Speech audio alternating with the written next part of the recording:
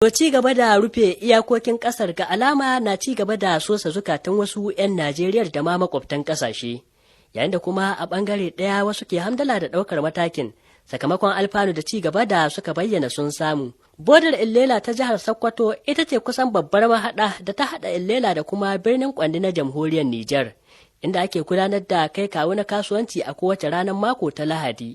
To amma sai dai kuma tun bayan aiwatar da rufe iyakokin kasar kusan lamurra sun sauya. A nan ina bakin boda, wato boda ce ta karamar hukumar Ilela da ke jihar Sokoto wadda ta kuma hada wato Kwanni ta jamhuriyar Nijar.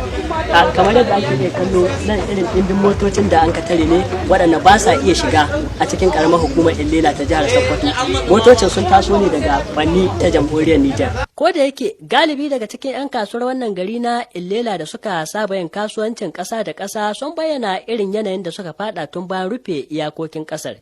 In ji Murtala Mu'azu da ke kasuwancin kayan sanyi da kuma kayan masarufi da galibin kwastomominsa na zuwa ne daga Kwanni ta jamhuriyar Nijar.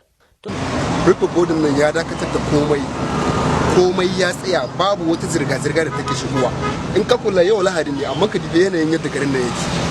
Babu wani movement da yake faruwa, komai ya dakata cak. Shi ma dai wannan malamin Zayyanu Abubakar wani mai sana'ar kayan laturo ne a wannan iyaka ya bayyana halin da kasuwancin sa ya fada tun bayan rufe wannan iyaka. Yanayin sana'ar mu kafin rufe boda muna samun ciniki sosai da sosai saboda baki suna shigowa, musamman mutanen Nijar suna shigowa sayan kaya sosai, kuma muna hita da kaya sosai a can Nijar. Amma yanzu rufe boda ya zama gaskiya sai a hankali. To amma sai dai a zagayawar da DW ta yi a bakin wannan iyaka ta Ilela da Kwanni na tarar da ɗimbin motoci musamman manya da kuma matukansu da dama da aka dakatar a bakin wannan iyaka, kuma sun bayyana min sun shafe sama da watanni 3 ba tare da jin ɗuriyar iyalansu ba, kamar yadda Sagir Sale shugaban direbobin rukunin kamfanin Dangote ke cewa. Har mace suna cizon mutane a nan, sauro kuma ba a magana, yanzu duk yana da wahala a samu kwana 2-3 baka ji malaria ta kada ba. Cututtuka iri-iri muke fuskanta saboda yanayin ruwan da muke amfani da shi. Mafi yawancin mutanen wannan yanki na Ilela da Kwannin jamhuriyar Nijar na bayyana suna cikin wani hali inda kasuwar ma ta koma wara-wara, yayin da su kuma jami'an hana fasa kwaure da na shige da fice ke ci gaba da kwace duk wani abin da aka yi yunkurin shigowa ko fita da shi.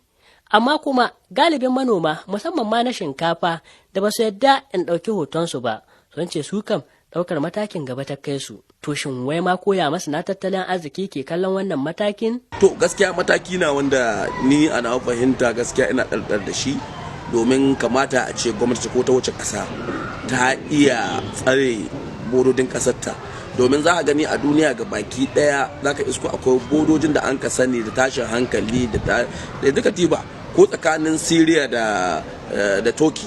Za ka isko cewa har yanzu bodan nan ba a ruhe ta irin ruhe wannan hatta abada ba, duk da akwai yaƙi tsakanin su.